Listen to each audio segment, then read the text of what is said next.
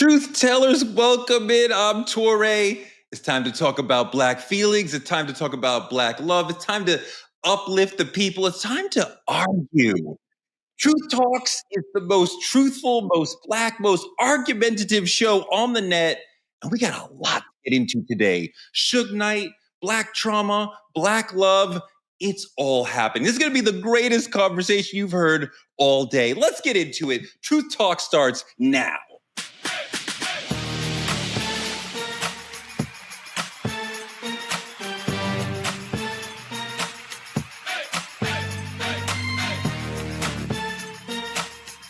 Are y'all ready to roll?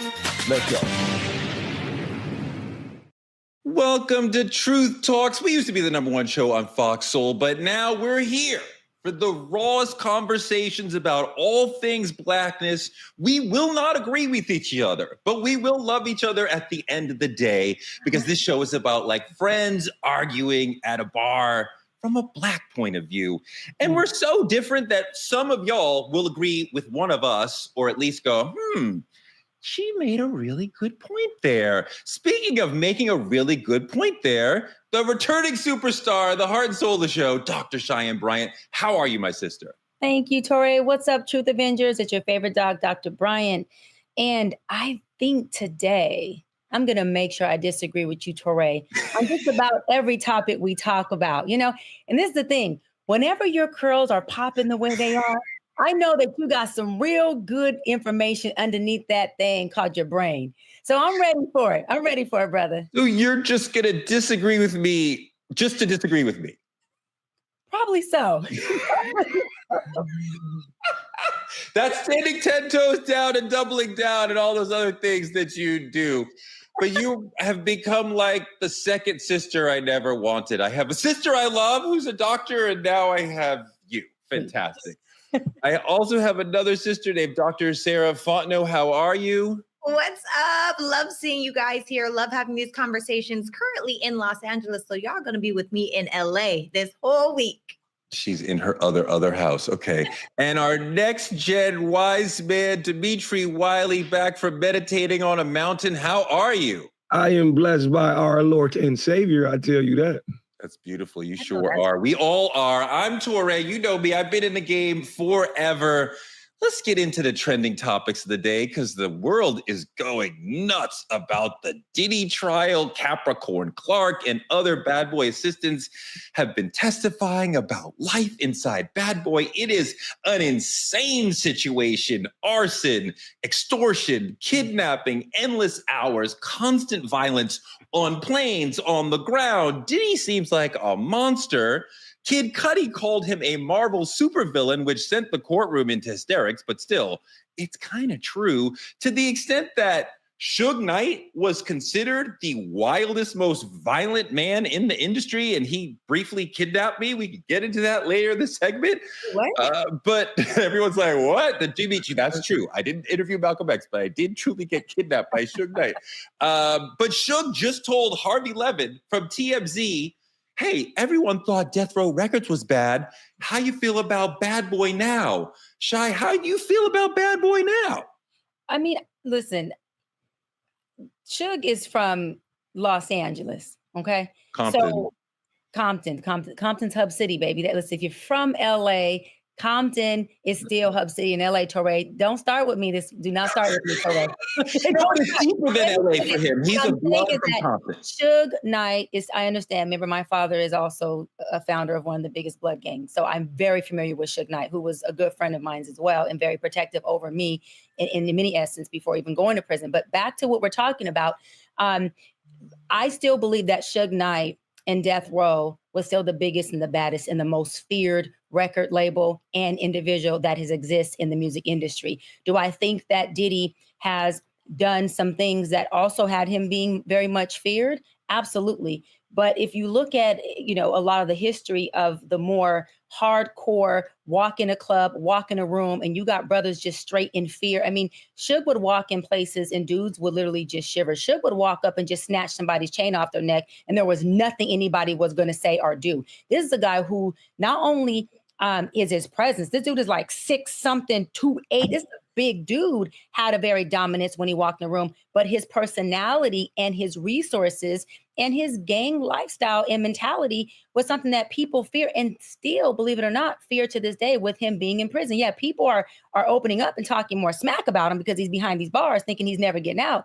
But that brother still has a lot of call when it comes to the streets. Sarah.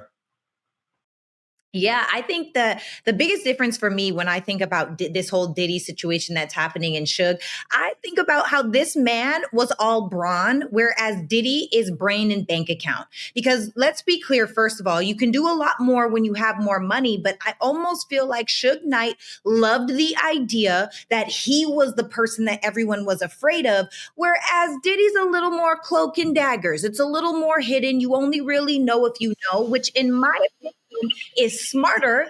And I feel like when you're the person at the forefront, punching people in the face, dangling people off of a balcony, I think we've all heard allegedly that he dangled Vanilla Ice off of a balcony. Like, that's kind of sloppy to me. You're supposed to have people to do that for you. So, was it worse? I think it was more direct. I think it was more in your face. I think it was play with me if you want to.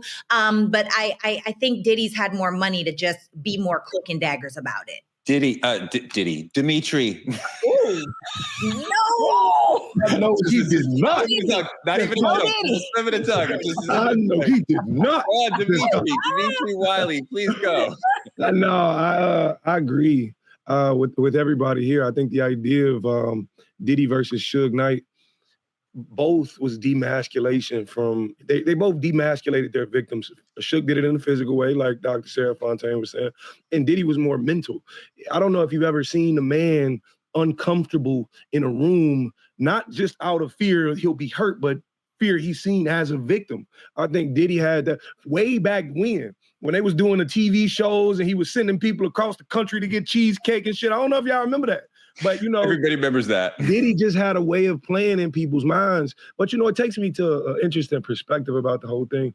I think the idea of it, like, it makes me look at our society, like our culture, like, how have we idolized this overinflation of power? Like, it's blurred the morale between what's actually acceptable due to fame, if that makes sense to you guys. Like, fame is now giving gateway to all of this, and it's just kind of crazy to me.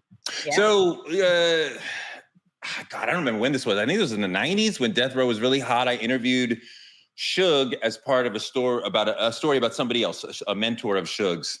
I'm in his office at Death Row, and his mentor was suing him.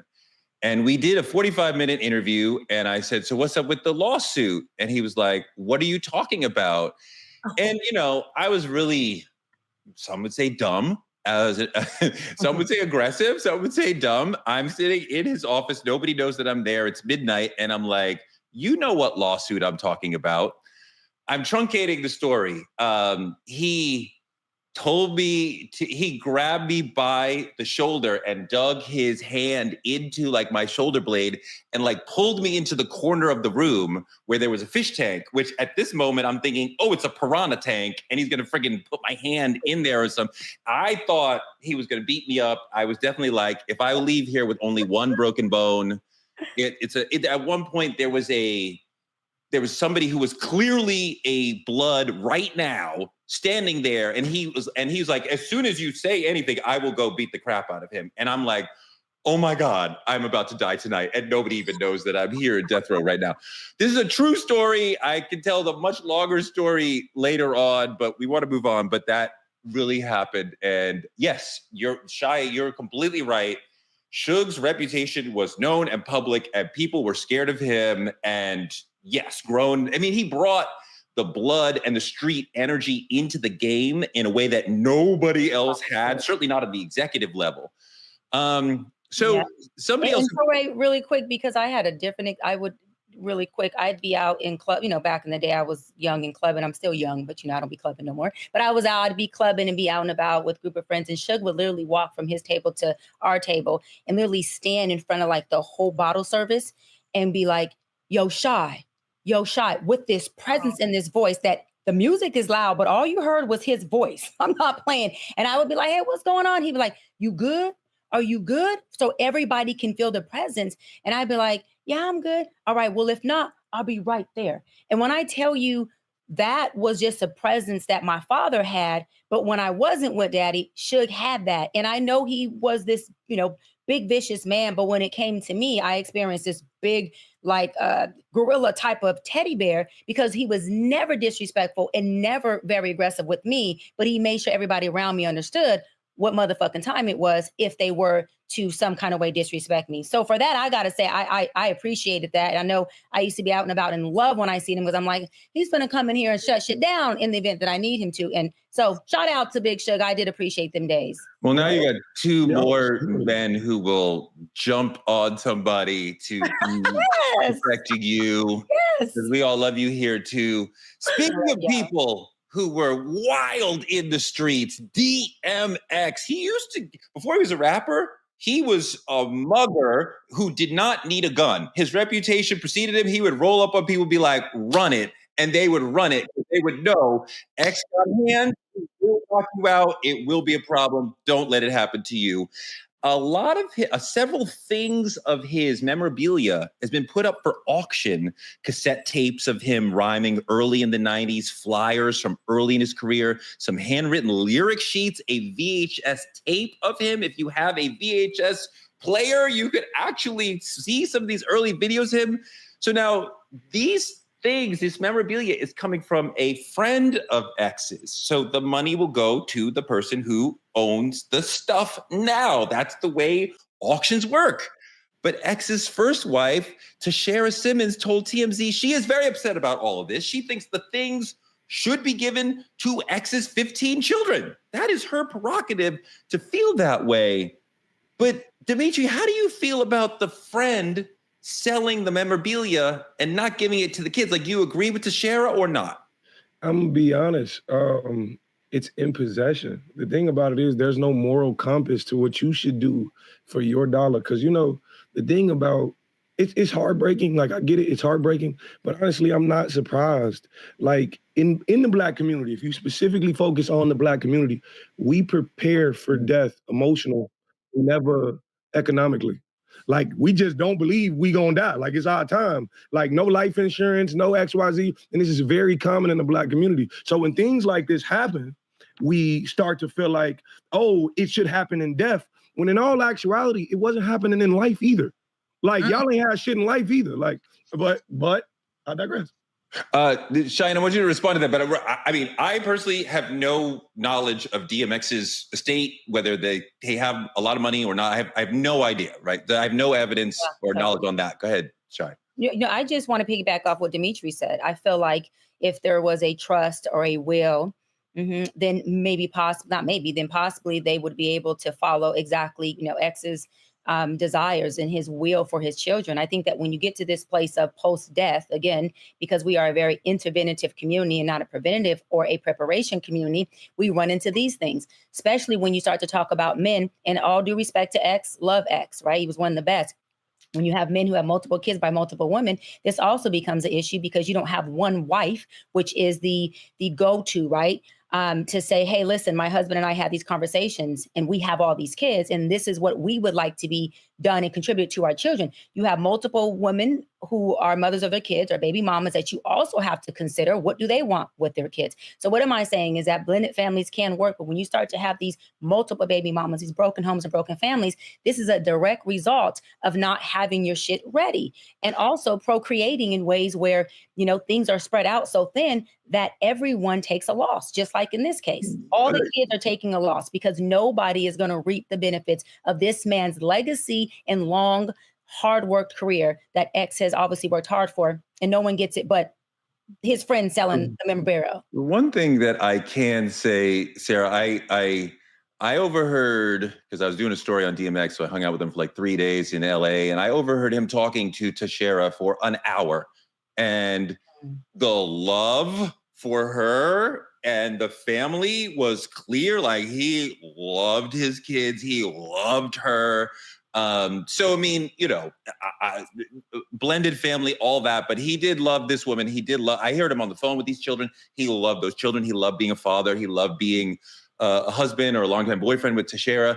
But I know, Sarah, you are very let's say, knowledgeable and aware financially. And I want to go back to what Dimitri was referencing around estate planning. Black people, sometimes we're not as forward thinking, and I'm not necessarily saying DMX is or isn't, but like that's kind of what subject we're on here. Where should we be in terms of estate planning if we have something to pass down? What are the things we should be doing? Well, as Dimitri said and Dr. B said, life insurance is great. Trusts are great. But honestly, I feel like we have a generational flaw.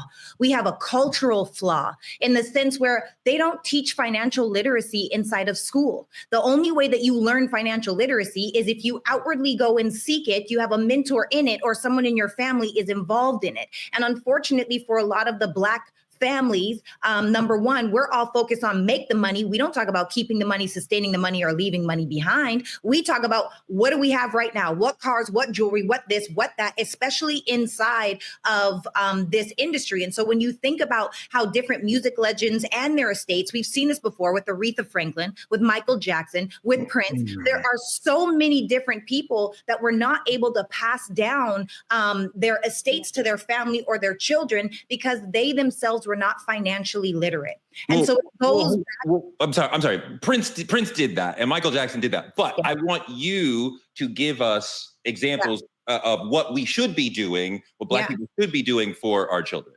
Yeah, for number one, okay, this is loaded. I got 30 seconds to tell the truth. Number one, you could when your kids are young, you could get them a custodial account where you're paying a few $100s into it at a month. By the time they're 18, your kid could have $1 million.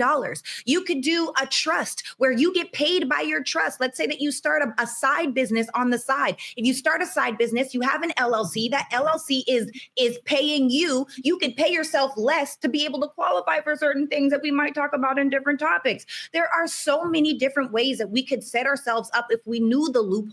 Because please believe these wealthy people, I know wealthy people that can qualify for food stamps. Okay, let's just keep it real. There's a lot of loopholes that we're not clear about, but to keep it really basic, a custodial account for your children is amazing. A life insurance policy on ourselves as parents, or as we get older, for our families, on ourselves and on our children, because you can also use a life insurance policy, something that you can borrow against and put the money back, but it still grows as if you never really took the money. There's so much to get into, but I would say those are two really great starting points. And trusts are great for taxes. That's all I'm going to say. Speak to a financial advisor and look into that for you and your family. Let's do more on this later, because money is so important and it's such an emotional issue. And there's so many great Black financial advisors out there. I think about the Budgetnista. I think about Ian Dunlap, like really smart people who could come and have a great conversation with us about all these issues, about the custodial accounts, the 529s, all the things. So like producers, let's do a big money issue so we can talk about the emotion around money and the smart things that we should do.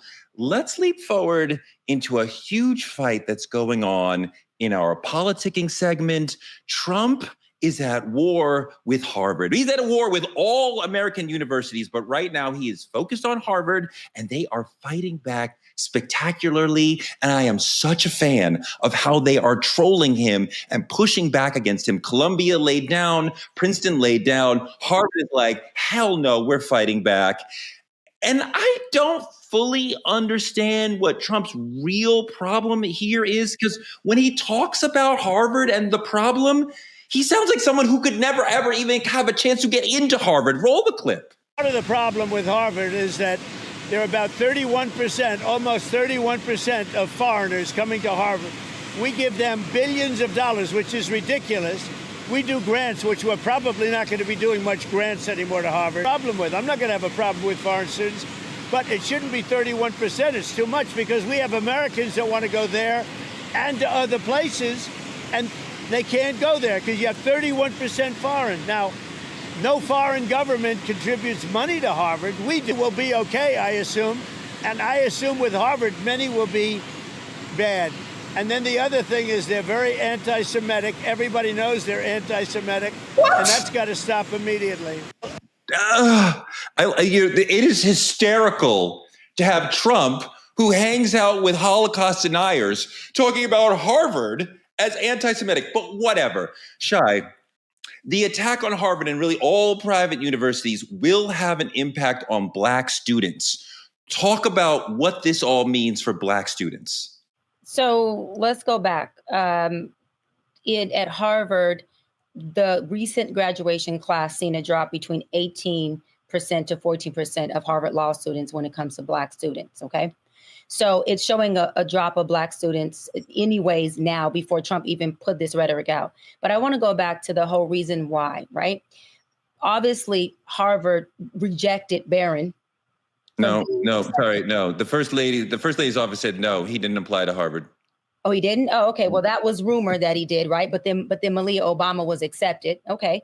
So I was going to say that was one of the reasons why I can see Trump trying to be petty. But if you're saying that that is alleged, then I'll pull back on that. But what I do want to say is that there has already been a drop in Black students from between that 14 to 18% from this previous graduating class. And so I don't think that Trump's initiatives or whatever Trump is attempting to do has anything to do with the Black students being dropped out. Will it affect foreigners? Absolutely.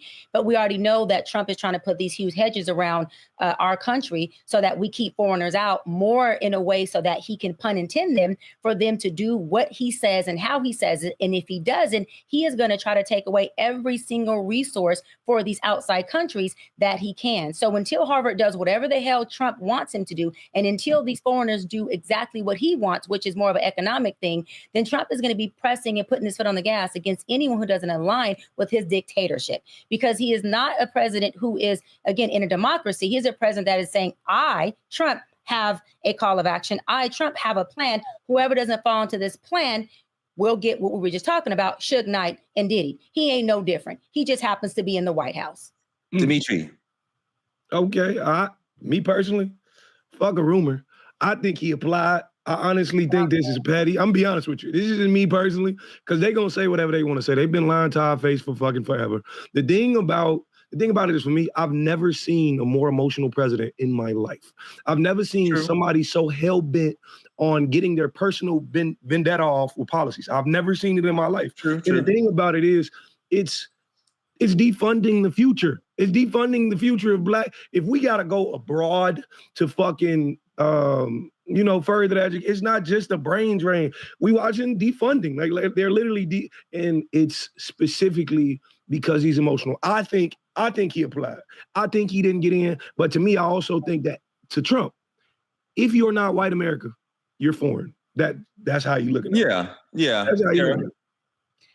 Ooh, child. All right, y'all. You ain't gonna like what I have to say, because I personally am not mad at what Trump is doing here. And what I mean by that is Harvard, first of all, is a white school. It's not even a school, it's a club. This is an opportunity where men and women get to send their sons and daughters so that when they graduate, despite their grades, they're able to have a high income opportunity when they come out of that school. That also being said, it's a privately owned school. And after some research, you'll find that just from tuition alone, they got $1.4 billion last year. Just from tuition, $6.5 billion in total. And so I do feel like it's not about foreigners. Why are we so worried about everybody else's backyard when this could potentially open up spaces for Black people here inside of America? So I feel like when you look at the math and you start doing the math and you look at how Trump is saying they shouldn't have people come in that we can't account for. Did you guys know when I moved to LA by myself and went to a conservatory, the cost for out of country students, foreign students, was 3 times the amount of those that were domestic students. At Harvard, it's the same price. So why are foreign students not paying more to now come and take American students' places? I don't understand that. For me, that's something that doesn't make any sense. It's a very rich school, and he's attacking a white boys club. What is the problem with this? I personally, I don't see it. I mean, part of the thing is that the money that the government gives to Harvard and Columbia and other universities is used for research that helps the entire country. So the billions that they get from the government is not part of that boys club thing that you're referencing. But also, this is about academic freedom. And what the Trumpies are saying to the different universities is like, well, if you want our money, then you have to teach these things. And of course, part of that is not teaching Black studies or not teaching it the way we've been teaching it. When I think about I was a Black Studies major in college. And when I think about the spiritual and emotional impact, say nothing of the psychological impact of learning of our history, of learning of the resistance, of learning of the way that we have existed in this country, culturally, revolutionarily, all these, it has transformed me.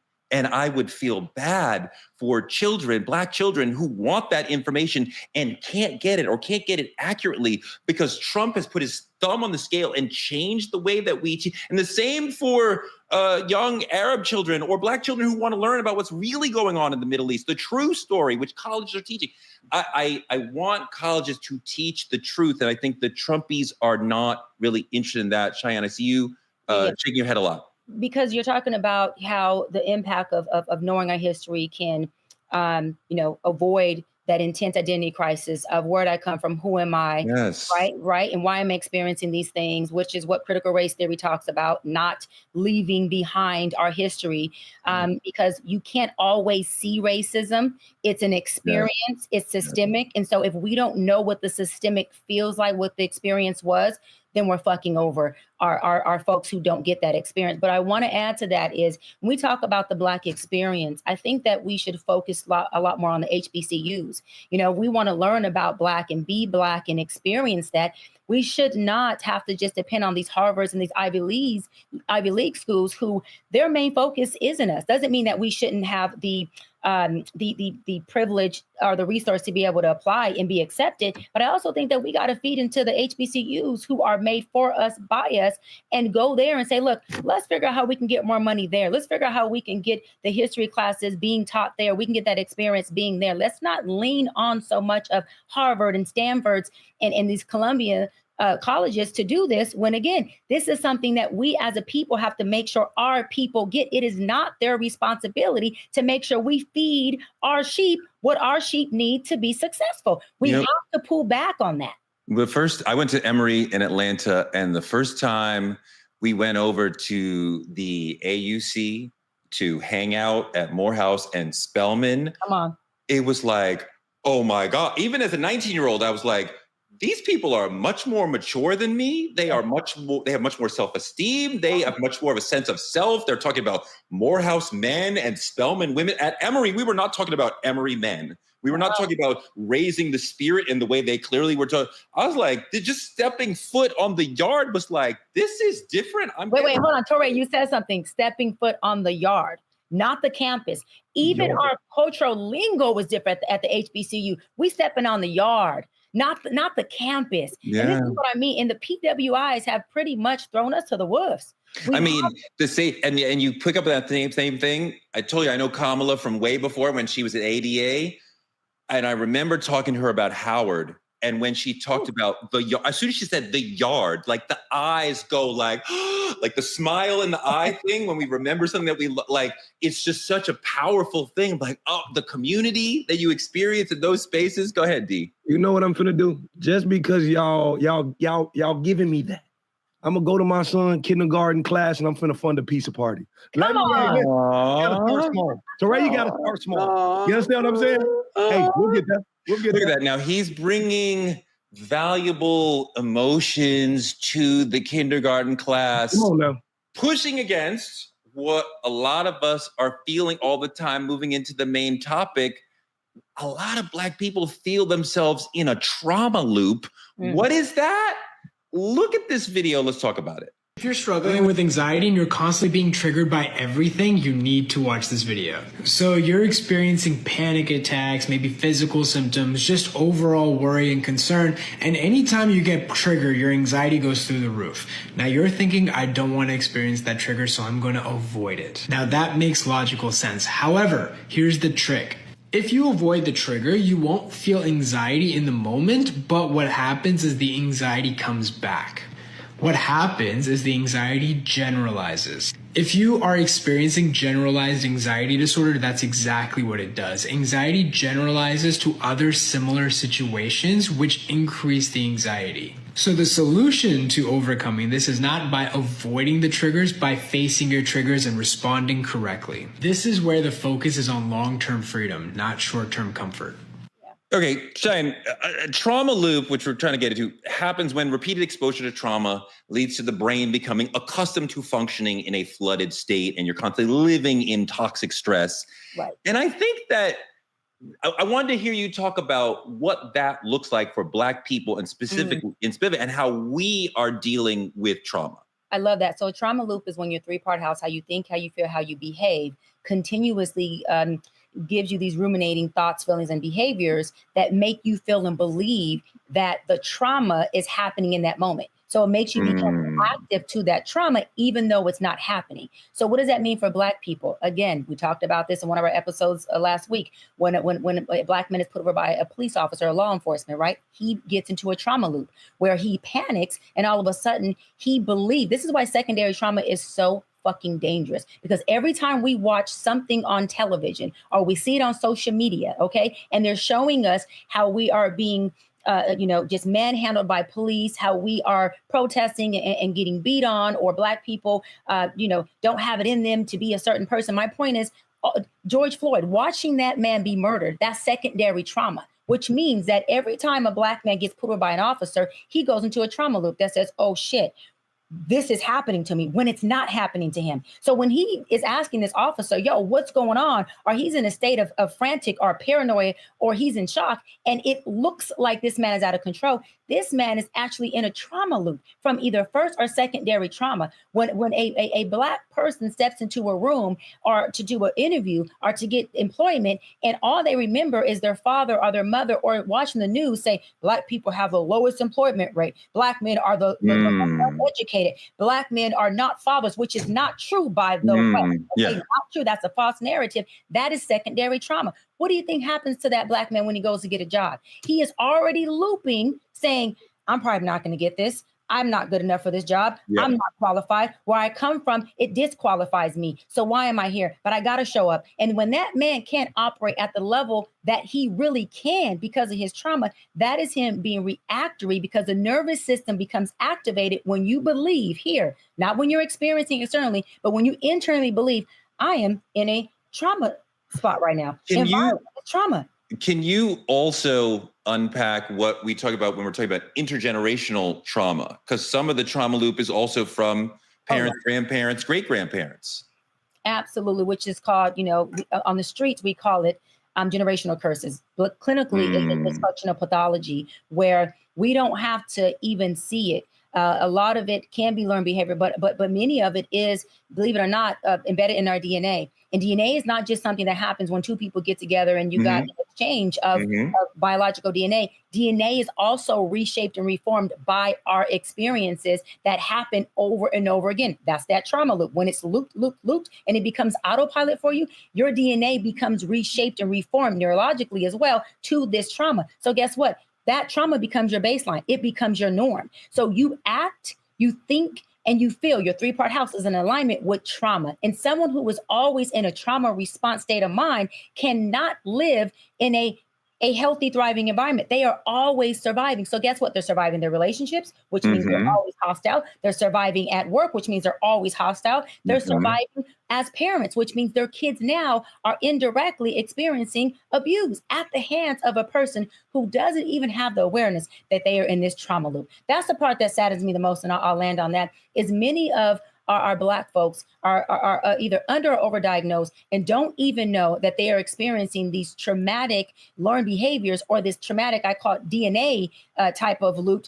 And they are putting and projecting these things on every person they come in contact with, including us.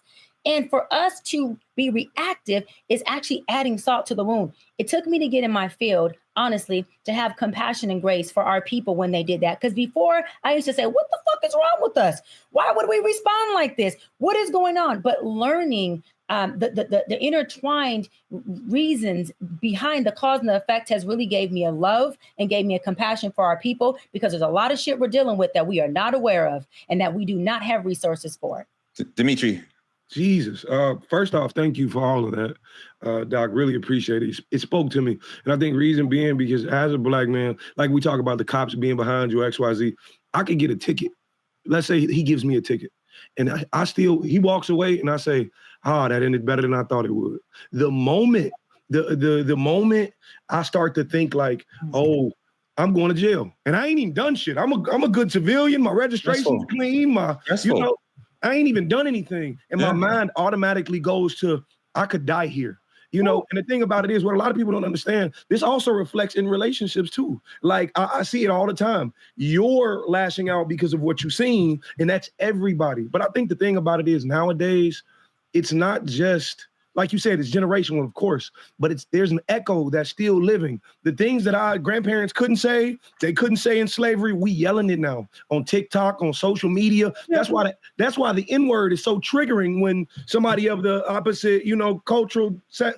That's why it's so triggering, because we taking on all of that they had, we attached it to that, and now we got to fight for it. We got to stand up behind it. Sarah, go ahead. Yeah, the truth of it is it's all a coping mechanism, right?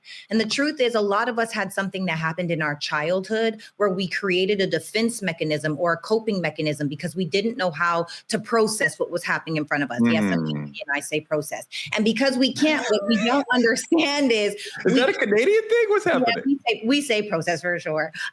But what happens is when we create these things, most of us don't realize that same story or coping mechanism or defense mechanism that we created when we were 7 years old, we carry into our adulthood and are never actually aware of it. Because the stories that we have, those coping mechanisms that we have they run on autopilot. It's like air conditioning. I don't have to go push the button. It will automatically regulate to the temperature that I set. Well, our identity works the same exact way. And so until we're able to say, hey, you know what? I'm actually freezing in here. This is self-awareness, right? I'm actually freezing in here. I need to go over and change the temperature on the thermostat over there. What starts to happen is now you have the awareness, but you also have to have compassion for yourself on this journey. Because if we look, we see that we are at the pinpoint of all of our pain. I mean, good, bad, right, or wrong. It just is what it is. There's so much power in that mindset. There's so much power able to say, you know what? I didn't start off perfect.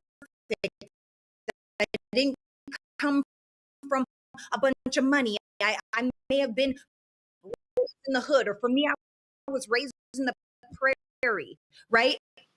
What that means is we have an opportunity to love ourselves throughout the journey of understanding that not everything is our fault, but if we take power over it and accountability where we can, that's where we can make a change. So it's all about self-awareness, and stop telling yourself that doggone story.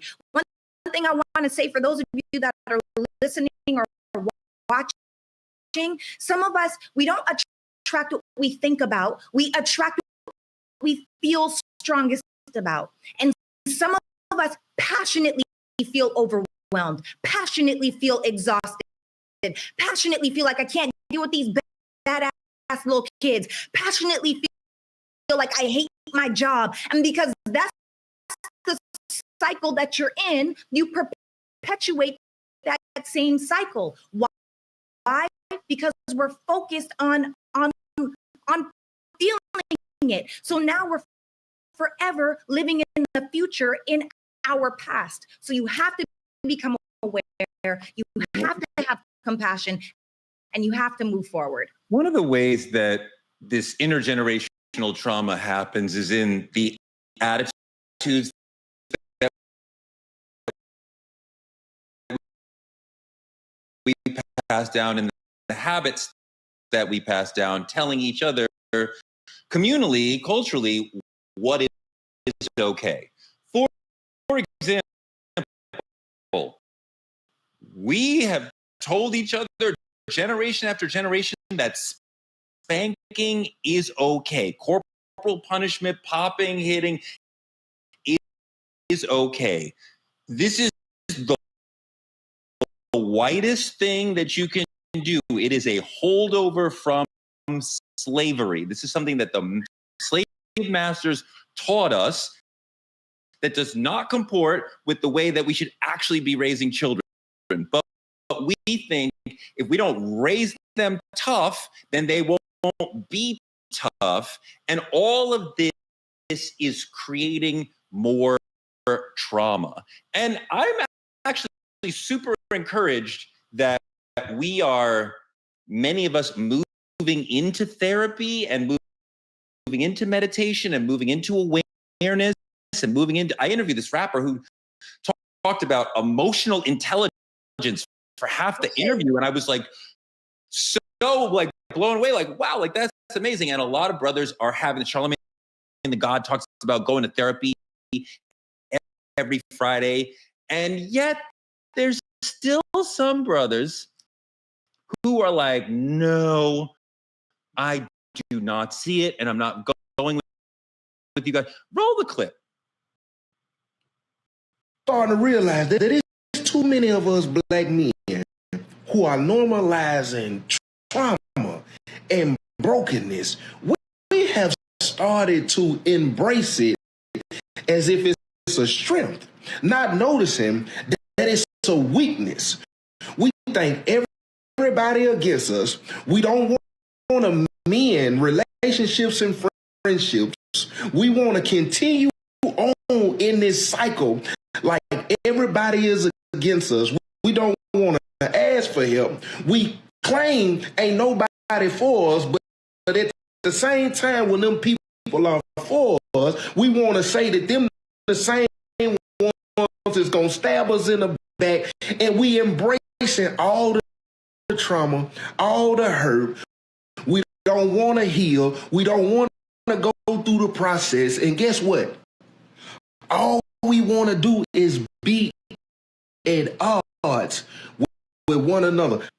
Shy, Brene Brown said it takes strength to be vulnerable. I think it also takes courage to be vulnerable, just even to yourself, to admit, I am weak here. I need to do this.